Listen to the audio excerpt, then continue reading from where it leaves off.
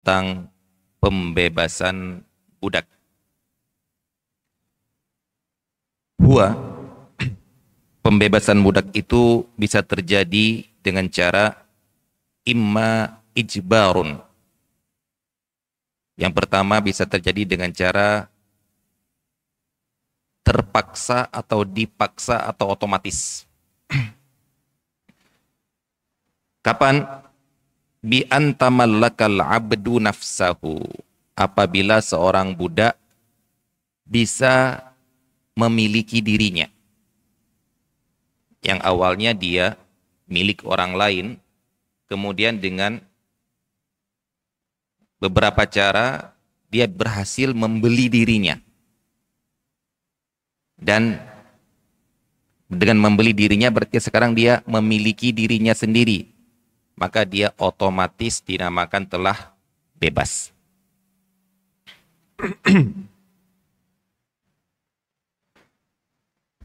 Awis syakhsu aslahu au far'ahu, atau seseorang memiliki, berhasil membeli ataupun memiliki budak yang mana budaknya itu adalah asluhu au far'uhu.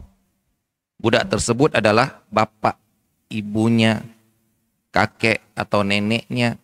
Intinya asal seseorang itu adalah yang ke atas, bapak, ibu, kakek, nenek, terusnya dibeli sama dia.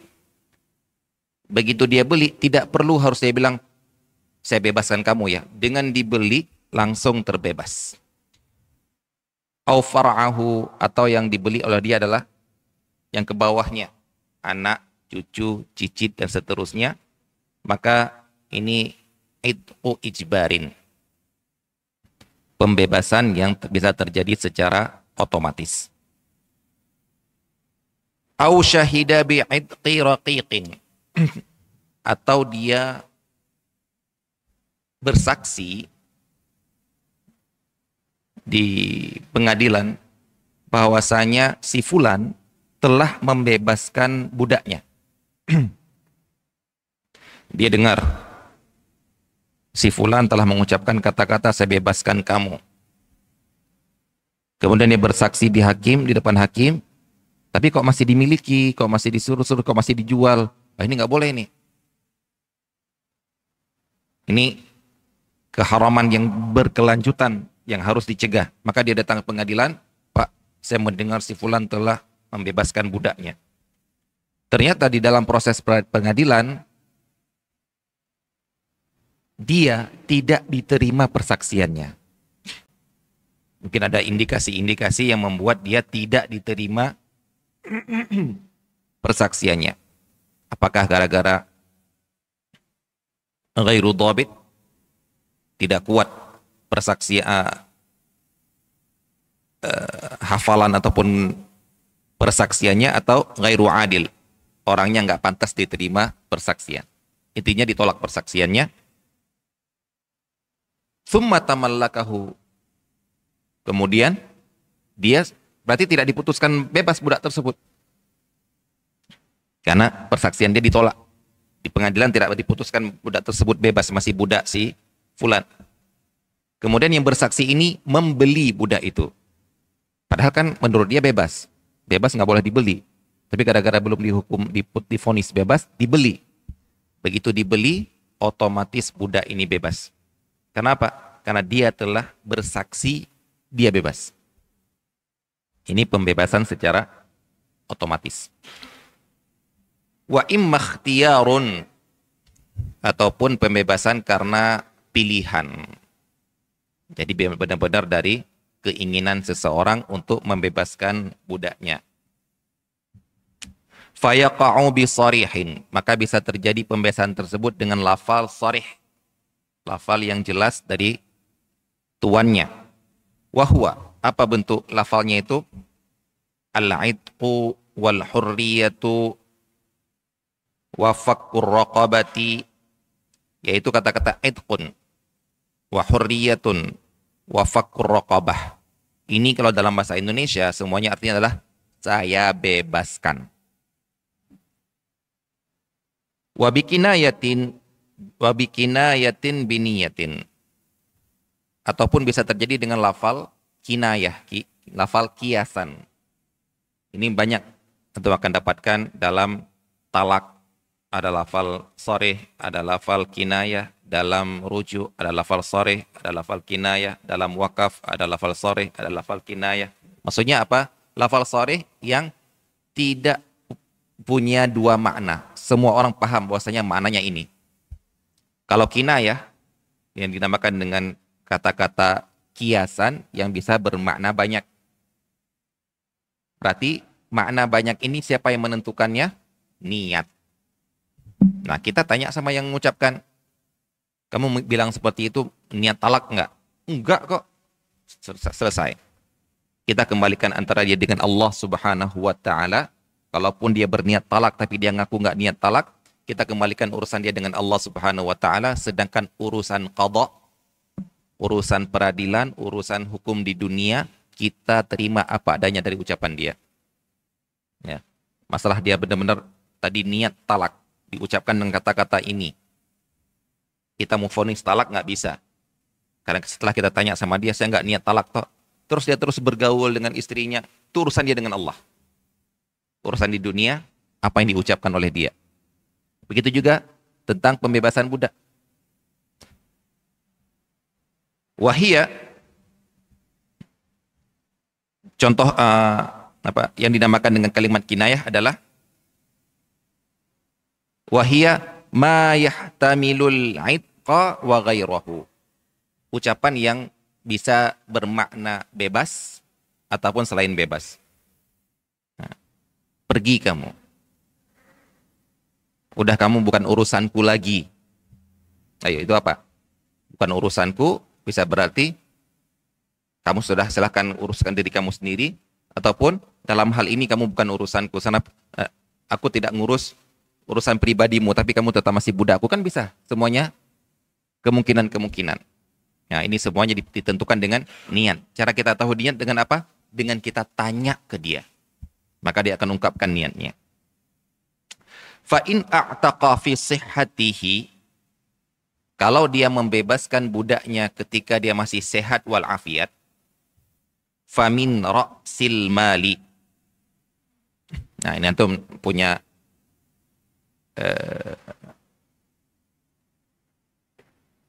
ungkapan dalam fikih, famin ra'sil mali faminat thuluth. Maksudnya apa? Kalau seseorang membebaskan budaknya ketika masih sehat walafiat, maka berlaku pembebasannya itu, sah pembebasannya itu dari keseluruhan hartanya. Maksudnya apa? Misalnya dia punya harta cuma budak itu toh. Gak punya yang lain, rumah nggak ada, rumah sewa ini nggak ada, cuma punya budak itu toh.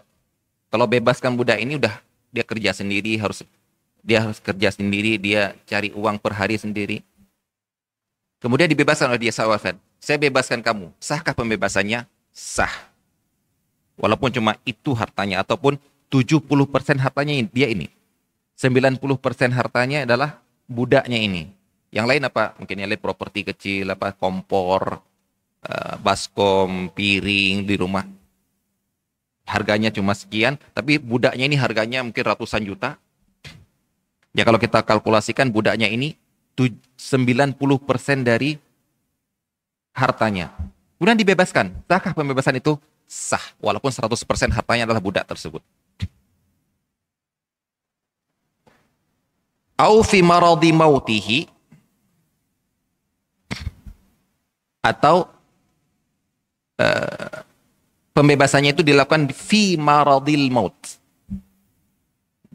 dalam keadaan dia sedang sakit.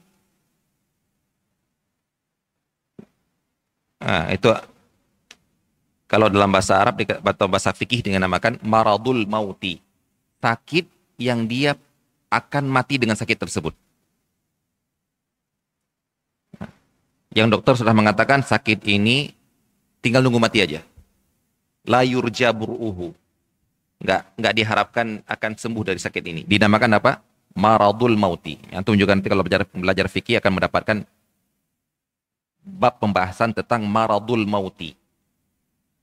Ketika Ana menyampaikan ini, maradul mauti, di satu muhadarah, satu kajian, Ana mengenamakan istilahnya sakit yang akan mati, sakit yang akan mati. Kemudian setelah kajian, ada seorang perawat bilang ke Ana, Ustadz, kalau kami di medis menamakan itu adalah fase terminal.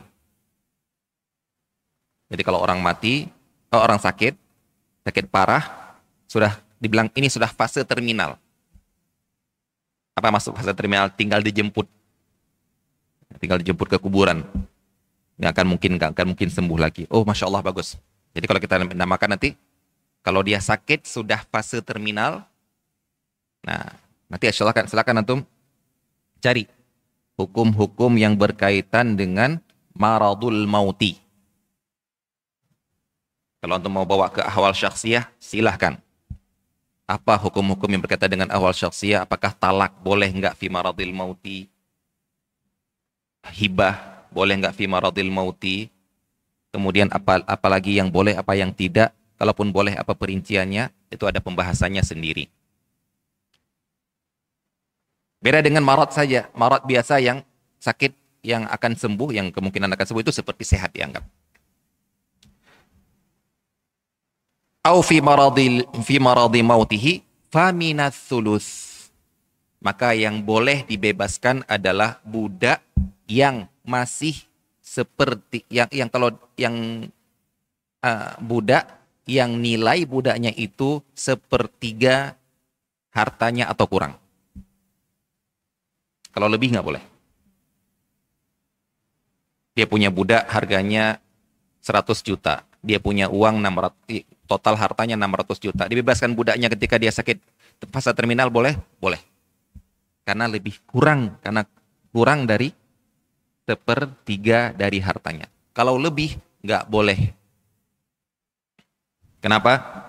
Karena tasarrufu marid fi maradi mautihi huwa mithlu tasarrufi al-wasiyah. Karena orang yang menginfakkan, mengkonsumsikan hartanya ataupun bukan mengkonsumsikan ya, menghibahkan hartanya dalam keadaan fase terminal itu persis seperti wasiat. Sudah. Kalau wasiat kan beda, kalau wasiat sedang sehat pun bisa wasiat. Karena dia mengatakan kalau saya mati nanti, padahal dia masih sehat, itu wasiat. Nggak boleh lebih daripada sepertiga dari hartanya.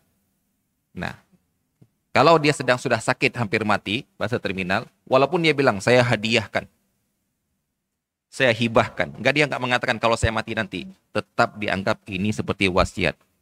Kamu kenapa nggak dari dulu ngomongnya ketika masih sehat walafiat? Begitu sakit kok baru ngomong, ini persis seperti wasiat. Maka hanya berlaku pembebasan budaknya di sepertiga hartanya atau kurang. Lebihnya nggak boleh. Illa fi itqi ummil walad. Kecuali pada pembebasan ummul walad. Nanti akan ada pembahasannya tentang siapa itu ummahatul aulad. Ataupun ummul walad. Kalau ummul walad, bebas dia. Begitu dia mati bebas. Karena ada hukum khusus bagi ummul walad. Walaupun itu hartanya satu-satunya, walaupun itu hartanya nilainya lebih daripada sepertiga. Jadi paham istilah ulama ya, fahada min ra'sil mali. Maksudnya apa? Terserah hartanya berapa boleh dibebaskan. Fahada minat thuluth. Nah, itu istilahnya dari mereka.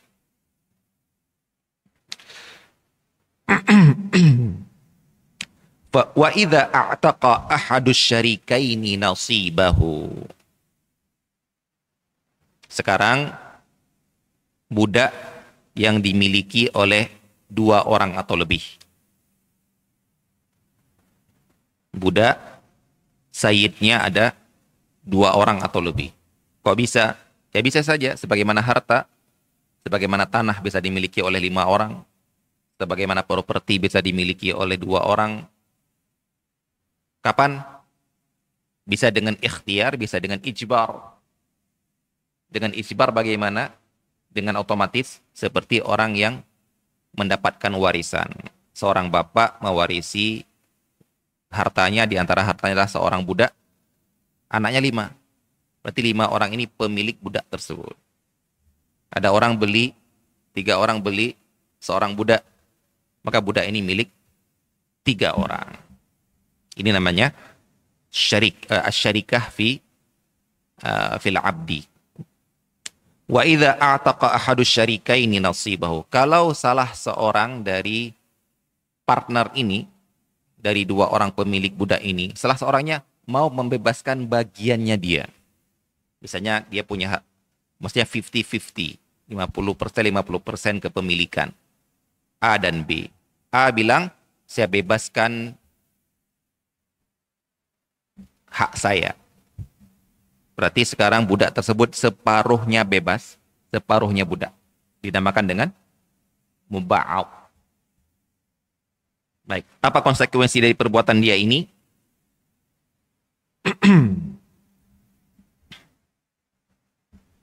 Ataqa alaihi, bebas yang separuhnya, yang bebas yang separuh kepemilikannya.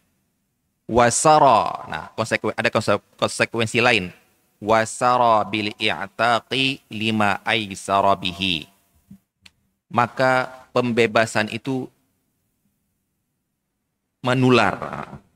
Kita katakan berkelanjutan ke bagian orang lain.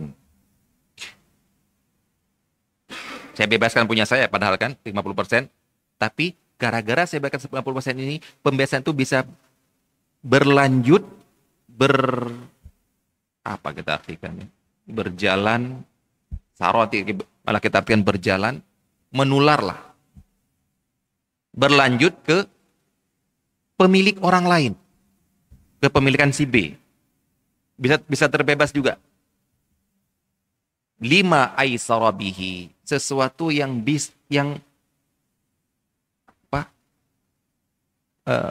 mudah atau bisa bagi saya untuk membelinya. Kan si B nggak mau membebaskan, tapi punya saya bebaskan. Dengan bebasnya punya saya, dilihat saya mampu untuk membeli punya si B, maka saya berlanjut kebebasannya untuk kepemilikan si B. Fa in kana mu'asiran. Beda kalau saya miskin, nggak mampu beli. Kalau saya mampu beli, harus beli. Agar berlanjut menjadi bebas keseluruhannya, si B juga nggak dirugikan.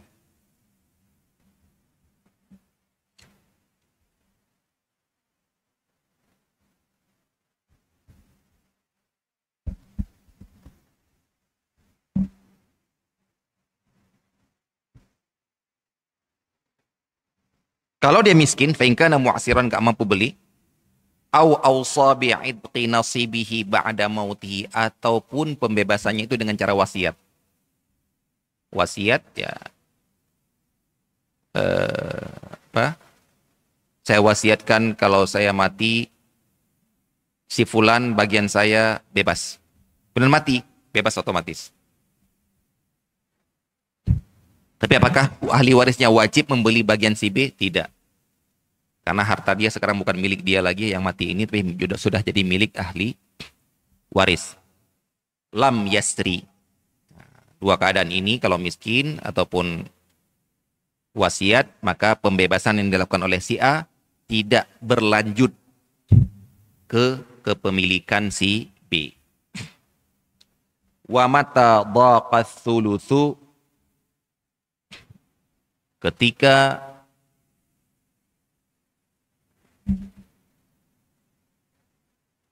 apa kita artikan? Ketika terjadi pembebasan beberapa orang budak yang kalau dikumpulkan keseluruhannya melebihi 1/3 hartanya. Itu maksudnya.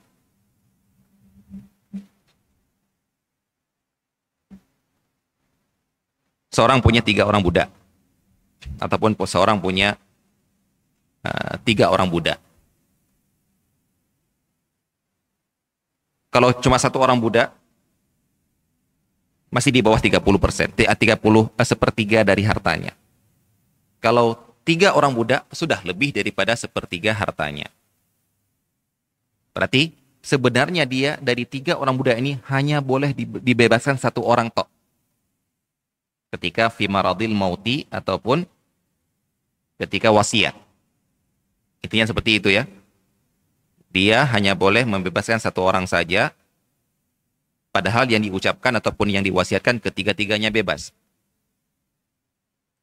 Maka mayyazal itqa biqur'atin, nggak boleh bebas ketiganya kalau memang ahli waris tidak mengizinkannya, hanya boleh 1. Tapi siapa mayyaza al-itqa biqur'atin, maka diundi siapakah di antara mereka bertiga yang boleh dibebaskan karena masih di bawah sepertiga harta si sayyidnya ini.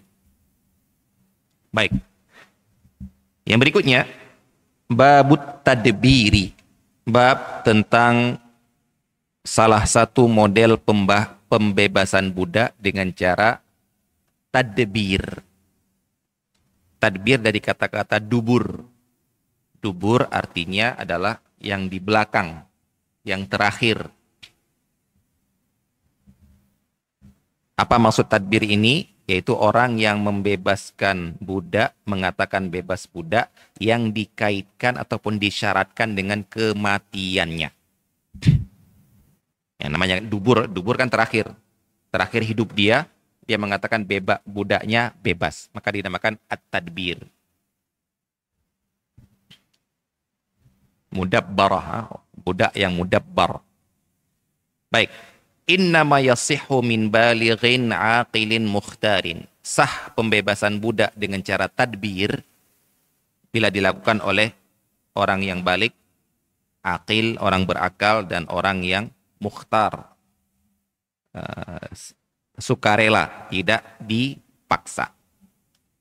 Summa, kemudian, huwa ta'liqu itqin bisifatin. Mudabbarah ini sebenarnya masuk pembahasan pembebasan budak dengan sebuah sifat. Ya. Karena terkadang ada orang-orang yang seperti orang yang talak. Nah, talak terkadang mengikatkan, mensyaratkan talak jatuh kalau terjadi sesuatu yang dilakukan oleh istrinya. Ini namanya sifat. Kalau kamu seperti ini, maka itu dia mensyaratkan talak dengan sebuah sifat. Nah, ini juga pembebasan budak bisa dilakukan dengan cara dikaitkan dengan sebuah sifat. Kalau kamu berhasil melakukan ini, kalau kamu berhasil menghafal Quran, kalau kamu ini, maka kamu terbebaskan. Nah, kata beliau, tadbir masuk ke jenis ini, yaitu membebaskan budak dengan sebuah sifat, namun sifatnya bukan sifat si budak, sifat si sayyid. Apa itu? Wahia mautus sayyid, yaitu meninggalnya si sayyid. Di lafalnya akan disebutkan.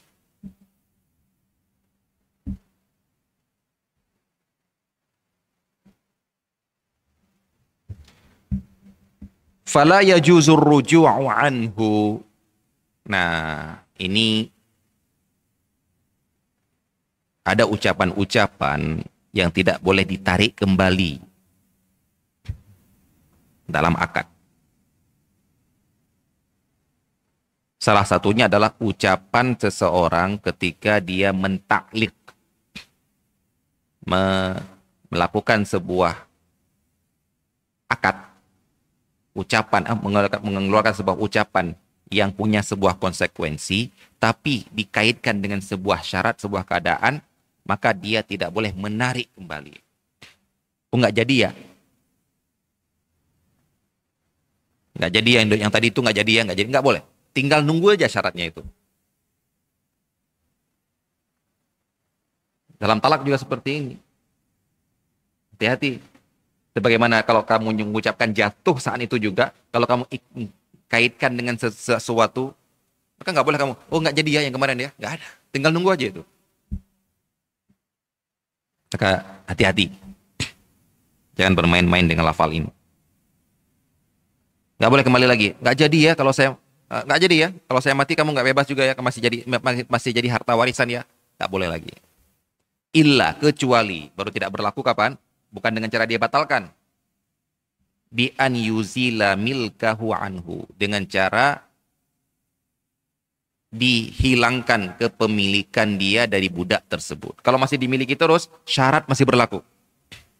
Kalau sudah kepemilikannya hilang dari dia, maka barulah tidak berlaku lagi ucapan dia. Karena ucapan dia hanya berlaku kalau dia masih budak. Sekarang bukan budak lagi. Dengan cara apa? Kalau dibebaskan kan sudah pasti ya. Dalam syarah dikatakan bibay'in wa nahwihi. Dengan cara dijual. Jadi milik budak orang lain nggak berlaku lagi dia. Walaupun dia mati, budak itu tidak bebas di dalam kepemilikan pemilik baru. Wala yatba'ul mudabbarata auladuha fit tadbiri. Budak yang mau ditadbir itu budak wanita, dia punya anak, atau budak wanita dan punya anak. Kemudian dikatakan kalau saya mati kamu bebas, mati dia.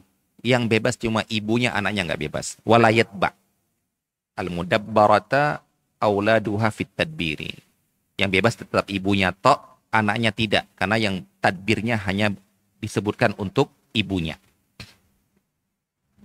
Walau dabbaraha hamilan. Kalau beda kalau yang ditadbir adalah budak wanita dalam keadaan hamil. Sabata li hamliha hukmut tadbir. Maka tadbir itu berlaku untuk ibunya, untuk wanita budak tersebut, dan juga janin yang ada di dalam kandungannya. Fa in zala tadbiruha, kalau nggak berlaku lagi tadbir bagi si wanita tersebut, gara-gara apa? Yuzilu milkahu dan tadi. Dama tadbiruhu, tadbir untuk si janin masih berlaku. Yang dibebaskan kan ibunya, bukan dibebaskan. Yang dijual kan ibunya. Hamilnya, ucapan dia tadbir itu masih berlaku untuk janinnya. Yang mana kalau dia lahir nanti jadi bebas. Kalau Pak siapa? Said yang pertama itu mati, bisa bebas. Wa sarihuhu, ucapan sarih dari mudabbar tadbir adalah ka'an tahurrun au a'taqtuka ba'da mauti. Kamu bebas. Atau kamu saya bebaskan kalau saya mati. Itu sudah jelas-jelas ucapan seperti ini. Wa kinayatuhu, adapun kinayah, kiasan adalah seperti ucapan ka khallaitu sabilaka ba'da mauti. Kamu terserah mau kemana setelah aku mati. Ini mananya bisa bebas, bisa ya pergi kemana-mana, tapi tetap masih kepemilikan. Ya. Ini kinayah, kiasan yang bisa bermakna banyak. Walau dabbara thumma kataba au akasa, kalau dia melakukan tadbir, melakukan sebuah akad tadbir, kemudian kataba, melakukan akad kitabah,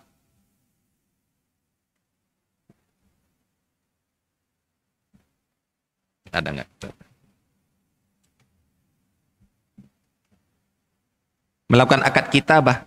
Kitabah adalah akad lain, termasuk akad pembebasan budak, dengan cara si budak ini membayar premi, membayar cicilan membayar cicilan bayaran yang sudah disepakati.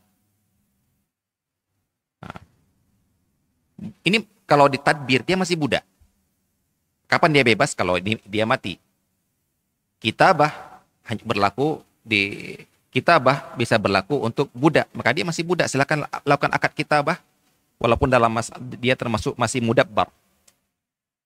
Au akasa, budaknya sedang diadakan mukatabah, kitabah, kemudian ditadbir, jaza. Maka boleh, kedua-duanya boleh dilakukan. Maksudnya selama dia masih tadbir, masih boleh kamu lakukan akad yang lain yang berhubungan dengan budak, karena dia masih budak kok. Baik itu tadbir kitabah, tadbir dulu baru kitabah, ataupun kitabah dulu baru tadbir. Baik, kita cukupkan di sini. Wassallallahu ala nabiyina Muhammad wa ala alihi wasallam ajma'in. Assalamualaikum warahmatullahi wabarakatuh.